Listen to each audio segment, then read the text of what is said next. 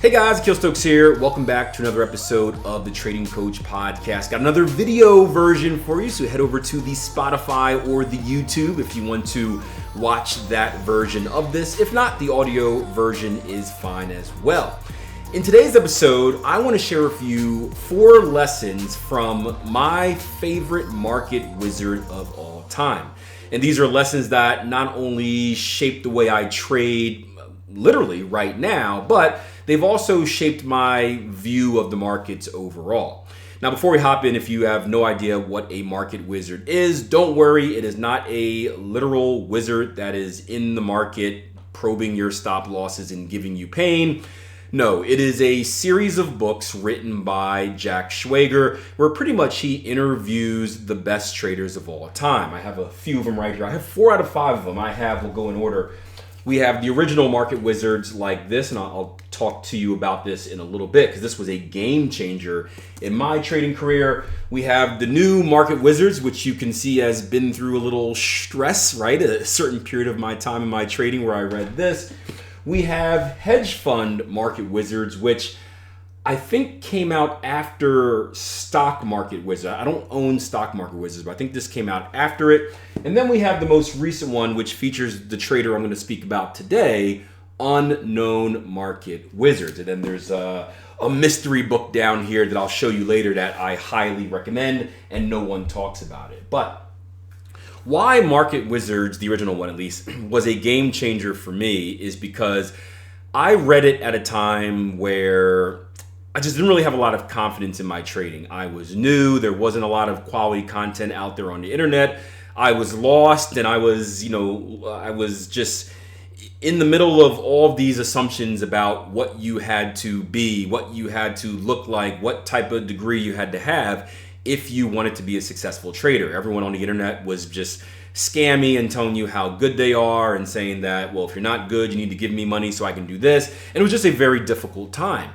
And imagine at the time I'm struggling as well, and I felt really like an outcast. And it was the Market Wizards book, the original one, where I was able to read about the best traders of all times. And it really debunked 2 of the major myths or obstacles that were holding me back. One was that I believed that all traders were successful right away, and because I wasn't successful, I sucked and I would never make it.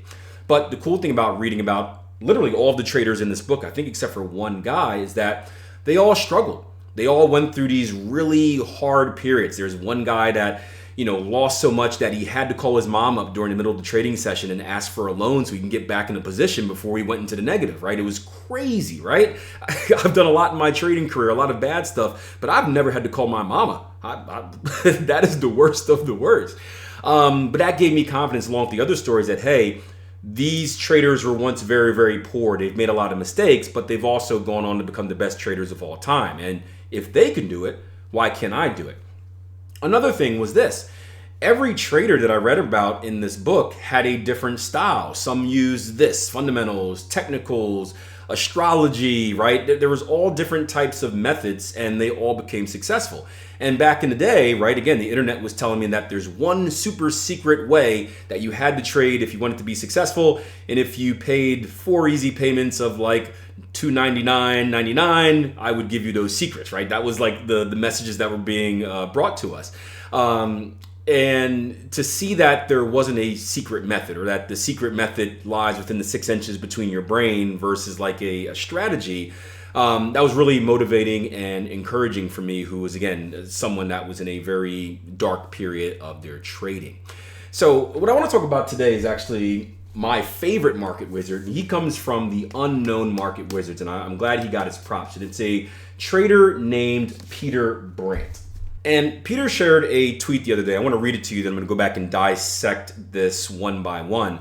It was a tweet that really simplified the main lessons that he's learned throughout his 60, 70 plus year career of trading. It's not that much, but it's probably like 50 by now. He's been doing it for a very, very long time. Let me actually fact check that if I can. Yeah, so it turns out Peter's been trading for about 61 years. He started in 1974. Now, if I remember his story correctly, that he took a little bit of a hiatus in the middle of that. I don't remember for how long, but 50, 60 years of trading, and these are 4 lessons that really sum up the most important things that he's learned. So it's pretty cool. So actually, let's just start off one at a time, that way I don't confuse you guys. But the tweet started off by saying, think of my trading career this way, and we'll start with number 1.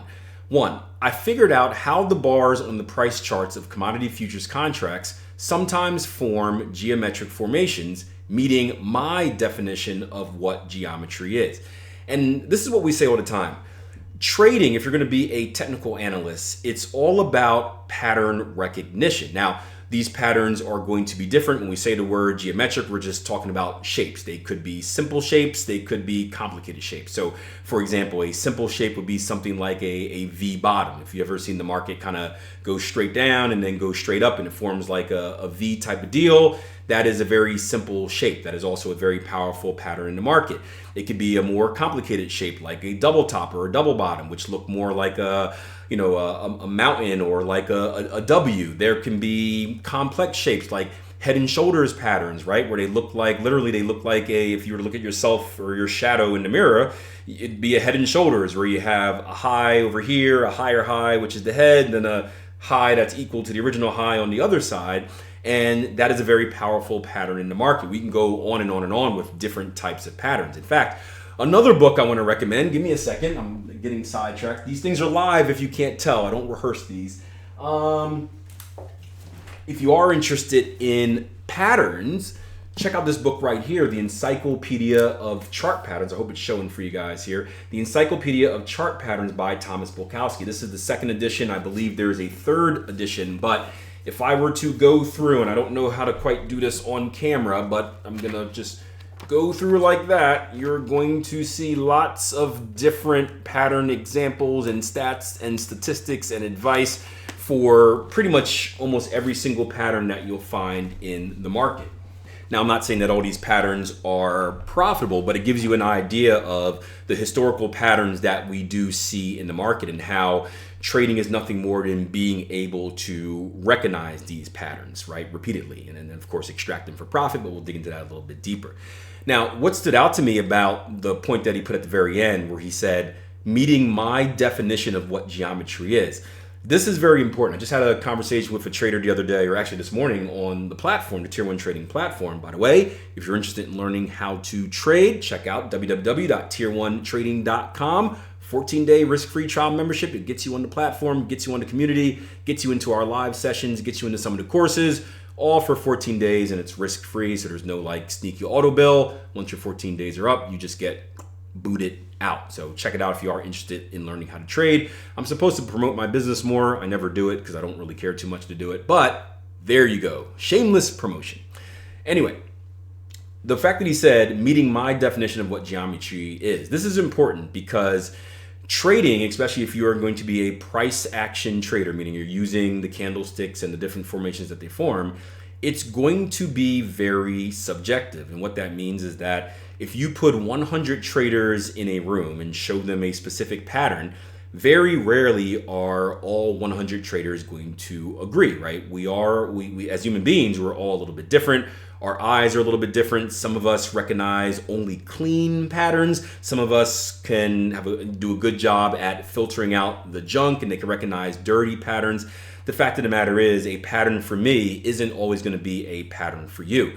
In a bigger aspect, this is why we talk about, you need to do your own back testing. One of the questions that I hate is that, hey, Akil, can I compare, or we got this the other day as well in our Q&A session, what should I expect from this strategy? We were doing a trade plan review. And he said, what type of return should I expect from this strategy? And I said, hey, there's no possible way I can answer that question for you, because even if we are trading the exact same strategy with the exact same rules on the exact same pair during the exact same time duration, right? All of these have to align as well. We may just see different formations a little bit different. So I may pass on some that you take, you may take on some that, or I may take some that you pass on. There's no way I can tell you, there's no way we're ever going to be trading the same thing unless it's something 100% mechanical, like a moving average cross or something like that. So it's important to understand that we all see things differently. So when we ask ourselves about, hey, we need to recognize these geometric shapes, we must define what those geometric shapes are for us. And the way that we do that is we have to train these things, right? It's going to get weird. These things, right? Eyes, right? With reps and reps and reps in the market. We must train that reticular activating system, that thing in our brain that filters out bad stuff and picks out good stuff. We must train that to see the type of pattern that we want to recognize on a consistent basis and ignore everything else. Number 2 is when these geometric patterns formed, I learned how to place bets on what price would then do. Also, always protecting my flank against losses. So pretty much learn how to place bets is, you learn when to get involved, when to get in, when to get out. And the most important part of this statement was always protecting my flank against losses. And I've said this numerous times. I'm going to say it again for those in the back who are new. Great traders. I messed it up again. Rewind. Good traders are great risk managers. Risk management is key. Conservation of capital. Keep a chip, keep a chair. You can play the game. I get so tired of people saying, why do I have to use a stop loss? Well, why do you have to have a parachute when you jump out of a plane, right? That's why I use a stop loss. But it is risk management. Trading is about maximizing how right you are when you're right and minimizing how wrong you are when you're wrong. As my theory on stop loss is that when I'm doing analysis, I want to find the area that tells me that my prediction is wrong. I don't want to be right at that area. We do want to give the market a little bit of breathing room because those market wizards will come in and do mystical things with your stop loss, right? We all know that. But I don't want to have a stop loss a million miles away from the place that told me I'm wrong, right? Once I'm wrong, I want to wave my white flag in retreat and save my money for the next potential opportunity. And that's going to put us into the third one as well. Number 3, I found out that I would take small losses or maybe only make small gains on almost all of the best trades I would take. This is the thing that made what I was doing so tedious. And this debunks a big myth out there, right? If you're on social, aside from watching great content like the Trading Coach podcast, you want to hit that like button, follow, leave me a rating or review, that would be awesome. You're going to see a lot of the flashy stuff, the stuff that gets you fired up, the stuff that gets you going.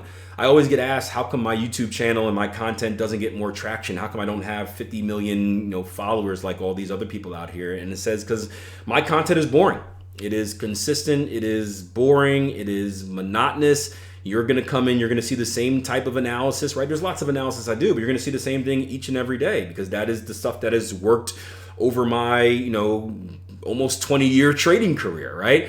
I'm not for flashy stuff just to be flashy. Trading is tedious. You come in, you have a ritual, you have a routine, you analyze the market the same way each and every day. You look for the same opportunities that you have an edge with each and every day, and you hope that you get a trade. And if you do get a trade, you hope that you get a win, right? You never know. But that's what trading is. It's not about, you're not hitting dingers, hitting home runs each and every day in the market. I'm not coming into the price chart every day expecting a 50% return on the day, expecting to pay my kids' college tuition, right, with tomorrow's trades. Like, no, I'm just hoping to get some action.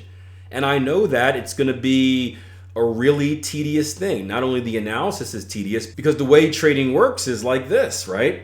Small win, small loss, small win, small loss, medium win, medium loss, small win, small loss, and every once in a while, big win. And then hopefully, if you're not doing dumb stuff, right? The traders that do some dumb stuff, it's big win, bigger loss, right? But for professional traders, it's big win, normal loss. And that's that big jump. And then you go back to the other thing. So it is very, very, very, very tedious. That's what makes trading so hard. It's easy to identify a trade. It's easy to place a trade. It's very hard to consistently do that day by day, week by week, month by month, year by year in the market without error. Number 4, but I also found out that a few of those bets, maybe 1 out of every 7 or 8, could produce enough money for my family to live on and also contribute to build a nest egg. And that's kind of what I just said. I guess I spoiled it, my bad. But out of all of that tedious nature where you're,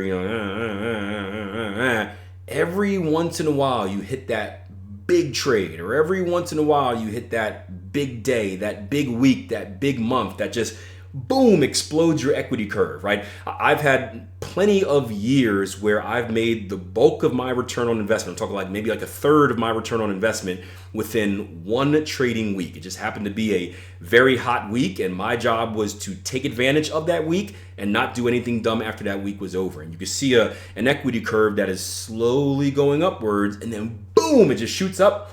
And then it just slowly goes upwards again. And you never know when that's going to happen, but that's why you have to be prepared. But at least if you're trading with the mindset of, because here are the two differences, right? If you're trading with the mindset where it's like, I have to get a home run trade every single day, you're going to leave the day being disappointed because you're not going to get it. And then what happens is when you leave the day being disappointed, you're more emotionally riled up for that next day, or maybe you're doubting yourself because, oh my gosh, I must have missed one because someone on the internet said they got one. And now you're just more likely to chase a trade that isn't there. When you chase a trade that isn't there, it usually ends in a loss, right? On the other hand, what you want to do is just come in and do your job, right? You should know by your history, your backtesting history, your past experience that these things will come. You never know when they come. You never know how they come, but they will come eventually. And your job is just to keep playing the game until it happens. This is very similar to, I told you guys about, I was a gambler before I was a trader. I was a bad gambler. Well, I wasn't a gambler. I was a reckless money thrower. I was a casino donator, right? I was one of the highest donators to my local casino before I started trading. And then when I started trading, I took my trading business approach to the casino, and it ended up working really nice. But me and my buddy had a craps strategy. That was my game of choice, where instead of just making random bets and going for the big ones where, you can make a month's paycheck in one roll of the dice, because we would never do that. We would just lose. What we did was we just took a very consistent approach to the market. We had a base of 4 numbers that we would start with. In craps, you put money on numbers, and if the dice rolls on that number, you get money. If it rolls on a 7, you lose everything, right? So you're basing on, you're betting on that you make money before 7 is hit.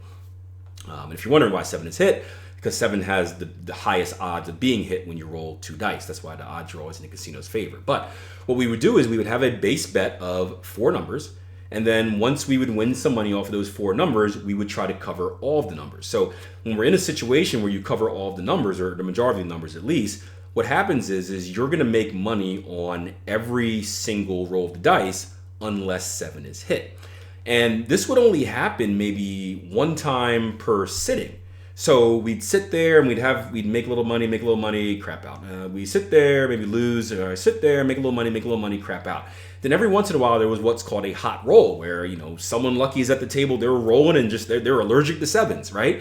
And it would be that roll where we would get all the numbers covered, and someone may roll for like 10 straight minutes, and you're just every single time the dice hits the table, making money. And then eventually they crap out.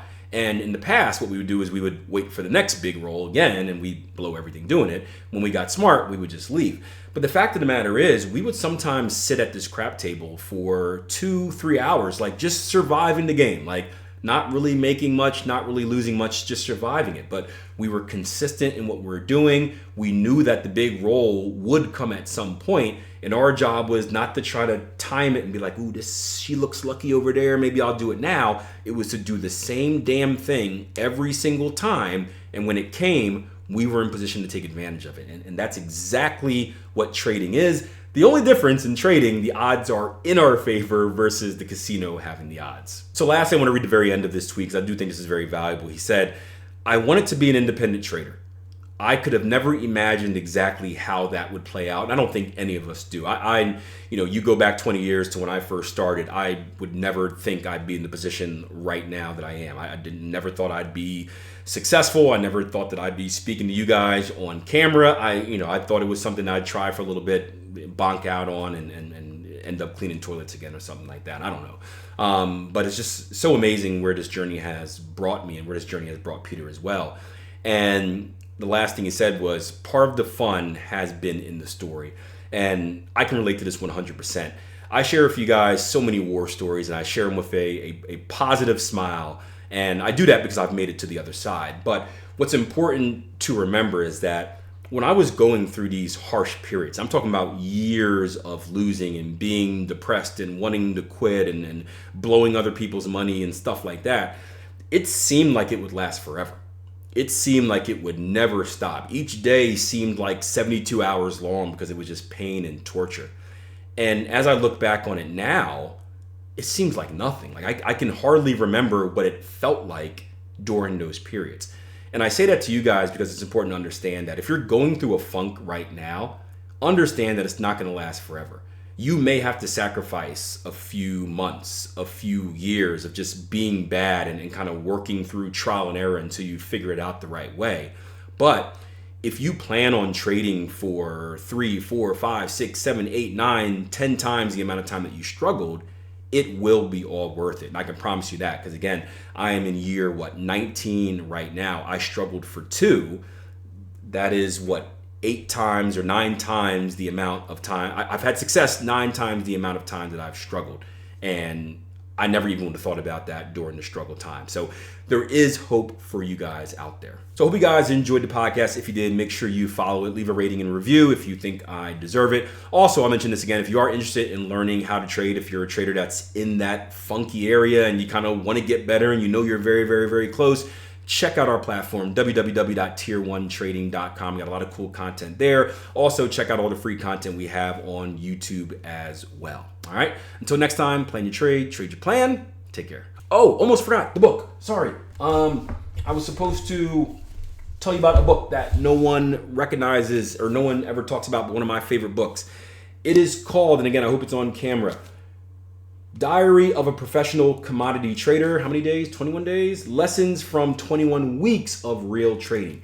What this essentially is Peter Brandt's diary. What he didn't actually complete the task, but he set out on pretty much journaling his trading efforts through a 21-week period. And what he did is he shared it with us. And the cool thing about this is not only get to see what he traded, what he was looking for, the thoughts that he had when he recognized it and all that fun stuff, but it was also kind of the emotional struggles. And this was really key in understanding that I am a human being. I went through a period in my trading where I thought I had to be robotic, right? I couldn't have emotions and I would try to hide them and that would just lead to emotions bubbling up. I eventually learned that as a human being, I have emotions and they are going to happen. I'm not going to be perfect. And that was just a weight off my shoulder, I guess you can say. A lot of the times in this, he shows opportunities where he messed up on a trade, where he took something that he wasn't supposed to, and talks about how he dealt with it. And I think that's very important for traders to understand because, again, we are going to make mistakes. The key is that we don't continue to make the same mistakes over and over again, or if we do make mistakes, we try to limit the damage as soon as possible. So, almost forgot about this. Hope you stayed till the end. If you did, that's your reward. Now, I shall say it again. Until next time, plan your trade your plan, do all the things that I told you to do earlier about subscribing and following and liking. And yeah, see ya.